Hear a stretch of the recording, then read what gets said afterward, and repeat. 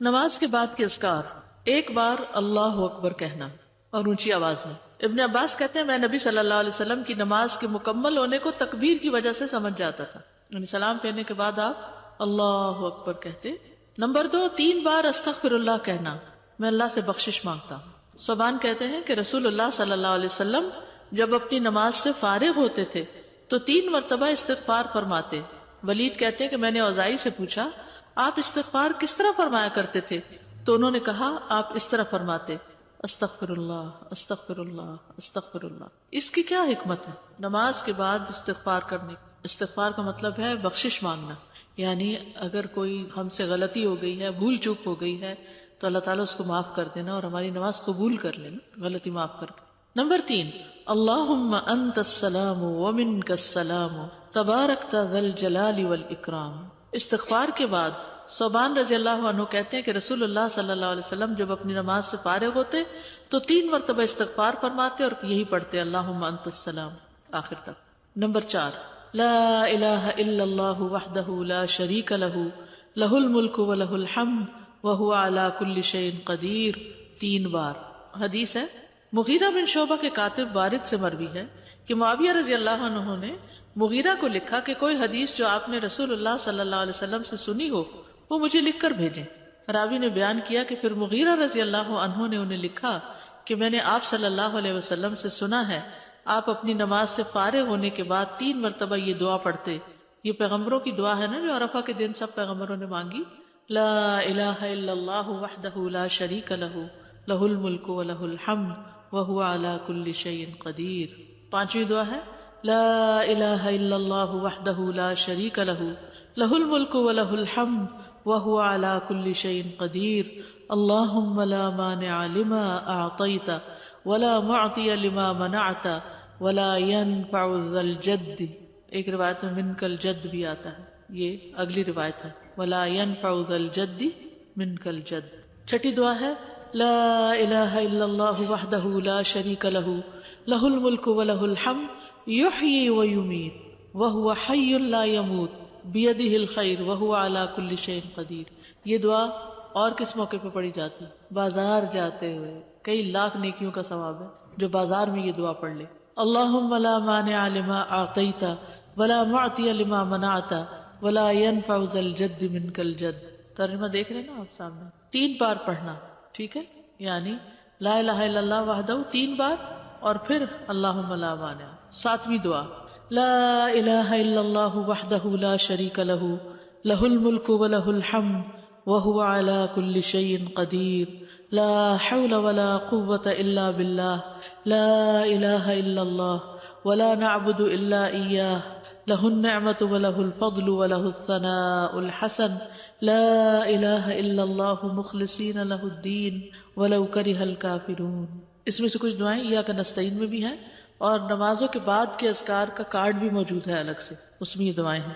پھر تحلیل کے کلمات، اس کے بعد تسبیحات، 33 بار سبحان اللہ، 33 بار الحمدللہ، 33 بار اللہ اکبر، اور 100 پورا کرنے کے لیے لا الہ الا اللہ وحدہ لا شریک لہ لہ الملک ولہ الحمد وہو علی کل شیء قدیر۔ اب تک سب سے زیادہ دعا کون سی آئی ہے؟ لا الہ الا۔ سوچئے آپ کتنی دفعہ پڑھتے ہیں نماز کے بعد؟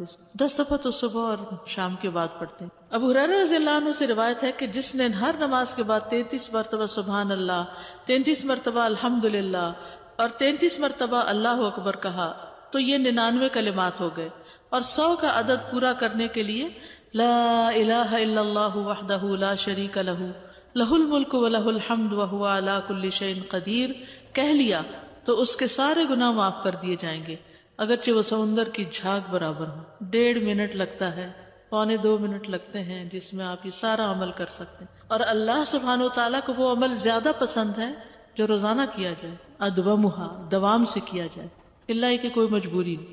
اس میں آپ دیکھیے نماز پڑھ لی آپ نے 10 منٹ میں، فرض پڑھ لیے تو یہ 2 منٹ میں کیا مشکل ہے، 2 سے بھی کم منٹ لگتے ہیں۔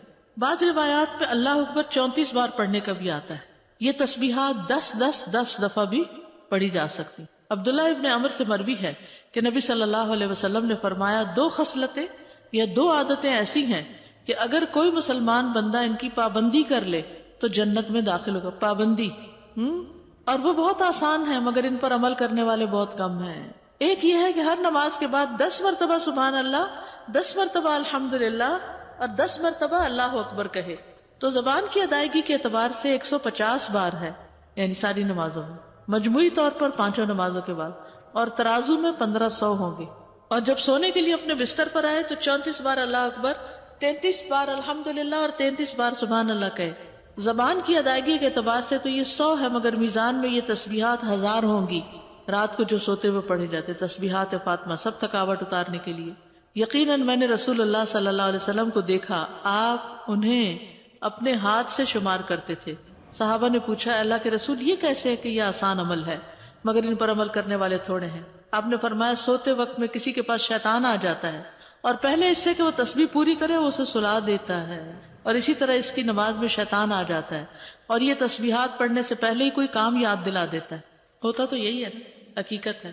آپ کو شاید میں نے پہلے بھی بتایا ہو کہ ہاتھ پر تسبیح پڑھنا جو ہے کچھ مشکل نہیں، اور دائیں ہاتھ پہ صرف کیسے پڑھیں گے آپ؟ سبحان اللہ سبحان اللہ سبحان اللہ، اور اوپر سے اب نیچے آ جائے سبحان اللہ سبحان اللہ سبحان اللہ سبحان اللہ سبحان اللہ سبحان اللہ، نیچے سے اوپر، اور پھر سبحان اللہ سبحان اللہ سبحان اوپر سے. تو یہ ہم 2 ہاتھوں پہ الگ الگ پڑھتے ہیں نا، اور بایاں ہاتھ بھی لگاتے ہیں. تو اس سے افضل کیا ہے ایک ہی ہاتھ پر 33 بار پڑھنا. اور جب یہ پورا ایک ہاتھ اوپر نیچے دونوں طرف ہو جائے تو 3 بس مزید پڑھ لینا.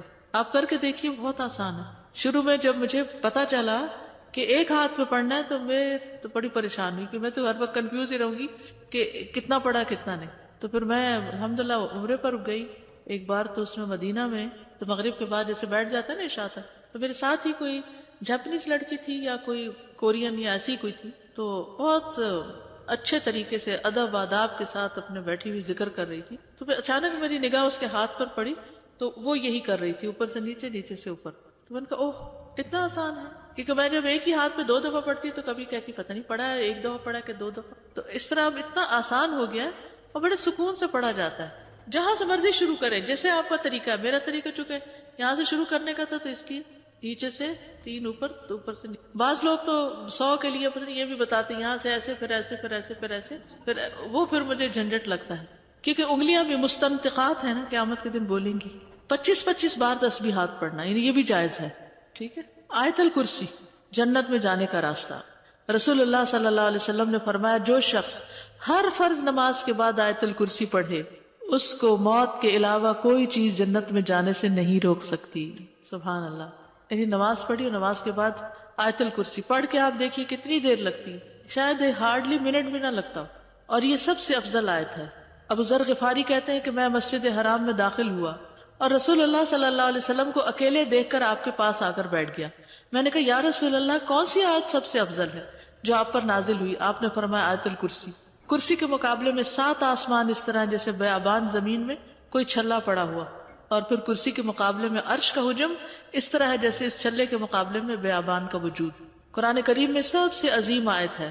جو آپ نے ابی ابن کعب سے پوچھا تھا تو انہوں نے جب جواب دیا تو آپ نے فرمایا کہ ابو المنذر تمہیں علم مبارک ہو. اس کے پڑھنے سے ایک محافظ آ جاتا ہے اور شیطان قریب بھی نہیں پٹکتا. جنات سے بچانے والی آیت ہے یہ. وہ آیت جو سورۃ البقرہ میں ہے، اسے کوئی شام کو پڑھے گا تو صبح تک پناہ میں رہے گا، جو صبح پڑھے گا شام تک ہم سے پناہ میں رہے گا، یعنی جنات سے. معوذات، سورۃ الاخلاص، سورۃ الفلق، سورۃ الناس، یہ بھی ایک بار پڑھنا ہوتی ہے نماز کے اذکار میں. عقبہ بن عامر کہتے ہیں کہ رسول اللہ صلی اللہ علیہ وسلم نے مجھے حکم دیا تھا کہ میں ہر نماز کے بعد معوذات پڑھا کروں. ہر نماز کے بعد معوذات پڑھا کروں. معوذات کی فضیلت کیا ہے؟ ان کی مثل پچھلی کتب میں کوئی صورت نہیں. یہ اتنی افضل صورتیں ہیں. رسول اللہ صلی اللہ علیہ وسلم نے فرمایا اے عقبہ بن عامر، کیا میں تمہیں ایسی صورتیں نہ سکھاؤں جو نہ تورات میں نازل ہوئی، نہ زبور میں، اور نہ انجیل میں، اور نہ ان جیسی فرقان میں ہیں؟ تم پر ایک رات بھی ایسی نہ آئے کہ تم ان کو نہ پڑھو. جسے ہم کہتے ہیں نا ایک دن بھی نہ آئے، جیسے عربی میں کہتے ہیں ایک رات بھی نہ گزرے. رسول اللہ صلی اللہ علیہ وسلم نے فرمایا تم نہیں دیکھتے کہ آج کی رات ایسی آیات اتری ہیں کہ ان کی طرح کبھی دیکھی نہیں گئی، اور وہ ہیں قل اعوذ برب الفلق اور قل اعوذ برب الناس. انتہائی بلیغ صورتیں، سب سے افضل تعوذ ہے یہ. پہلے نبی صلی اللہ علیہ وسلم اور کلمات پڑھتے تھے، جب یہ صورتیں نازل ہوئی تو اور ذکر چھوڑ کر انہی کو پڑھنے لگے. نظر بد سے کفایت کرنے والے کلمات ہیں، یعنی اگر کسی کو ڈر ہو کہ اس کو نظر لگے گی یا لگ چکی ہو تو اس کے علاج کے لیے بھی ابو سعید سے روایت ہے، کہتے ہیں کہ رسول اللہ صلی اللہ علیہ وسلم جنوں اور انسانوں کی نظر بد سے پناہ مانگتے تھے، حتیٰ کہ معوذتین نازل ہوئی. پھر جب معوذتین نازل ہوئی تو آپ نے ان کو لازم پکڑ لیا اور ان کے سوا دوسروں کو ترک کر دیا. نمبر 11، ربی اعنی علی ذکرک و شکرک و حسن عبادتک. معاذ بن جبل کہتے ہیں کہ رسول اللہ صلی اللہ علیہ وسلم نے میرا ہاتھ پکڑا اور فرمایا میں تم سے محبت رکھتا ہوں اے معاذ. میں نے عرض کیا میں بھی آپ سے محبت کرتا ہوں یا رسول اللہ. تو رسول اللہ صلی اللہ علیہ وسلم نے فرمایا تم پابندی سے ہر نماز میں یہ دعا مانگا کرو، رب اعنی علی ذکرک و شکرک و حسن عبادتک. اور آپ نے یہ ان کو وصیت کی تھی کہ کبھی نہ چھوڑنا اس کو. نمبر 12، رب قنی عذابک یوم تبعث عبادک. اے رب مجھے اس دن کے عذاب سے بچانا جس دن تو اپنے بندوں کو اٹھائے گا. پھر ہے نمبر 13، اللہم انی اعوذ بک من الکفر والفقر وعذاب القبر. کفر، فقر اور عذاب قبر سے تیری پناہ میں آتا ہوں اے اللہ.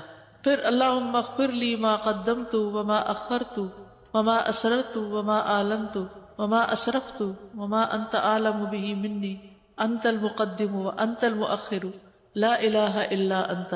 یہ اگلے پچھلے ظاہری باطنی سب گناہوں کی معافی کا اعلان ہے اس میں. پھر 15 نمبر پہ سبحانک اللہم وبحمدک استغفرک واتوب الیک. اچھے عمل پہ مہر لگانے والے کلمات ہیں یہ. یعنی جو شخص کسی مجلس میں بیٹھے پھر اس سے کچھ غلط باتیں ہو جائیں تو جب یہ کلمات آخر میں پڑھے گا تو وہ معاف ہو جائیں گے، کفارہ ہو جائے گی اس مجلس کا. نمبر 16، رب اغفر لی وتب علی انک انت التواب الغفور. ایک انصاری صحابی کہتے کہ میں نے رسول اللہ صلی اللہ علیہ وسلم کو نماز کے بعد یہ دعا 100 دفعہ پڑھتے ہوئے سنا، رب اغفر لی وتب علی انک انت التواب الغفور.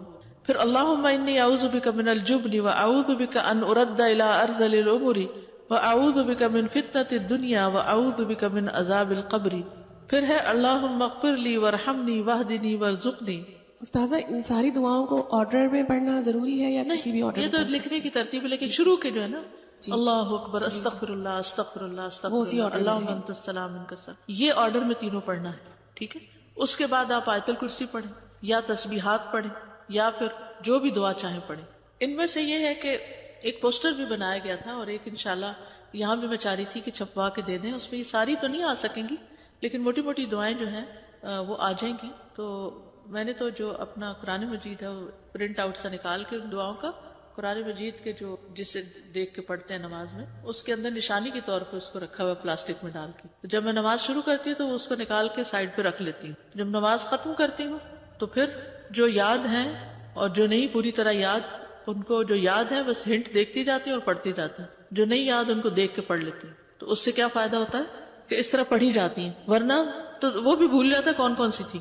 یا تو بچپن میں یہ سب سیکھ لیتے نا پھر مشکل نہیں. جیسے نماز ہم نے اول سے آخر سیکھی ہوئی ہے نا تو وہ ایک گاڑی دوڑ پڑتی، لیکن یہ دعائیں تو ہم نے بڑے ہو کر ہی سیکھی ہیں نا، اور کچھ نئی نئی پھر پتہ چل جاتی ہے تو وہ ایڈ ہو جاتی ہیں. تو اس طرح بھی آپ آسانی سے رکھ سکتے ہیں تاکہ یاد رہے. یا آپ کہیں سائڈ پر پیسٹ کر دیں اور آپ پڑھتے رہیں، جب دعا بھول جائے تو ذرا سا ایک نظر ریمائنڈر کے لیے دیکھ لیں، کسی وال پہ لگا دیں، کپڑ پہ قریب ہی جہاں آپ نماز پڑھتے ہیں. دور کہیں چلی گئی تو پھر رہ جائے گی. بک سٹور سے بڑا سا پوسٹر بھی ملتا ہے، اگر کسی کے گھر میں ایسی وال ہے جس پہ فل سائز پوسٹر آ جائے تو وہ بھی لگایا جا سکتا ہے. لیکن چھوٹے انشاءاللہ ہم چھپوا رہے ہیں تو وہ بھی آپ کو دے دیں گے. اردو انگلش ترجمے والے کارڈز کچھ موجود ہیں، اگر آپ وہ لے لینا، کیونکہ ہر وقت کتاب نہیں ساتھ اٹھائی جا سکتی. آپ کے بیگ میں ہو رکھا ہوا، کہیں بھی آپ سفر پر بھی ہیں کہیں بھی ہو، نماز کے بعد بیگ سے نکال کے پڑھ لیتے ہیں. الہدا کی ایپ پر بھی ہیں، اس پہ ڈاؤن لوڈ کر لیں. بس میں تو نماز ہو، قرآن کا وقت ہو، لیسن کی تیاری کا ہو، ڈر کے مارے فون کو ہاتھ نہیں لگاتی. جی سفر کے لیے ٹھیک ہے، کیونکہ فون کو ہاتھ لگ گیا تو بچنا مشکل اور خشوع بھی چلا جاتا ہے. اور ویسے بھی دیکھیے مصحف سے دیکھ کے یا ایک سالڈ چیز سے دیکھ کے پڑھنا اور ہی بات ہو. استاذہ یہ ابھی ذکر میں جو ہم نے معوذتین پڑھی تو کیا ہر دفعہ، کیونکہ ہم 3 دفعہ پڑھتے ہیں، ایک دفعہ کافی نہیں تو اس میں ہر سورت سے پہلے بسم اللہ پڑھنی مطلب ضروری ہے کہ نہیں؟ سورہ الاخلاص پڑھی، پھر اس کے بعد جب سورہ فلق شروع کریں گے تو بسم اللہ دوبارہ اس کے ساتھ؟ ضروری نہیں ہے، کیونکہ بسم اللہ 2 سورتوں کے بیچ میں نشان ہے. ایک سورت ختم ہوئی اور دوسری شروع ہوئی، وہ مستقل آیت ہے، آیا مستقلہ، وہ سورت کا حصہ نہیں ہے. ٹھیک ہے، تو اس کے بغیر بھی سورت پڑھی جا سکتی ہے. ٹھیک ہے، مطلب ذکر کرتے ہوئے کنٹینیوسلی. جی ہاں پڑھ سکتے ہیں.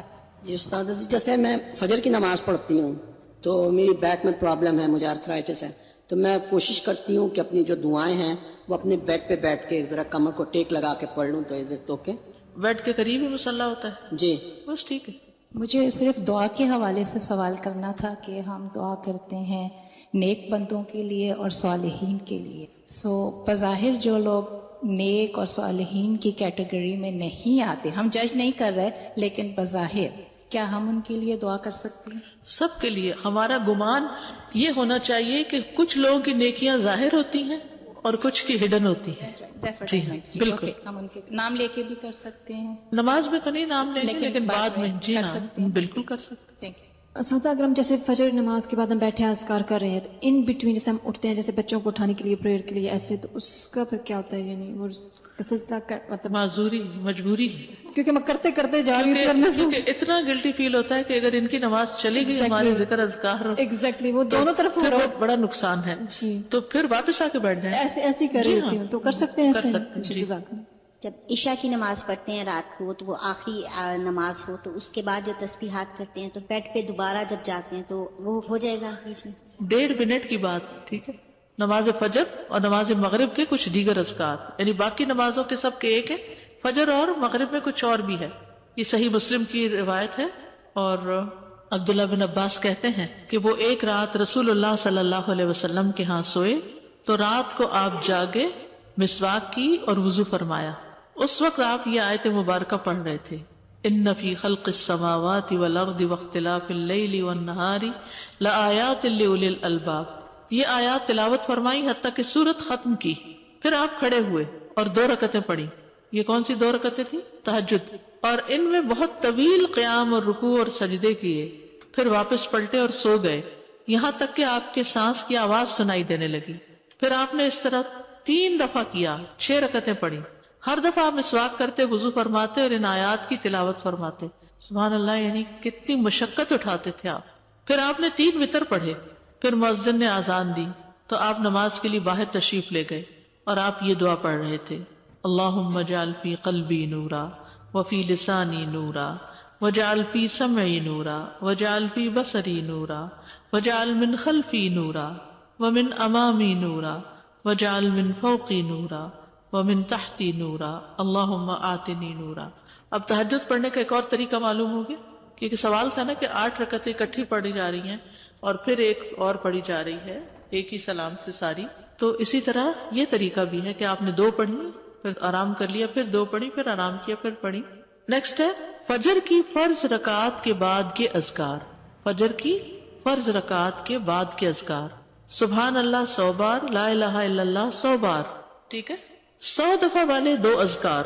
ابو ہریرہ کہتے ہیں کہ رسول اللہ صلی اللہ علیہ وسلم نے فرمایا، جو صبح کی نماز کے بعد 100 دفعہ سبحان اللہ اور 100 دفعہ لا الہ الا اللہ پڑھے اس کے گناہ معاف ہو جائیں گے اگرچہ وہ سمندر کی جھاگ کے برابر ہوں.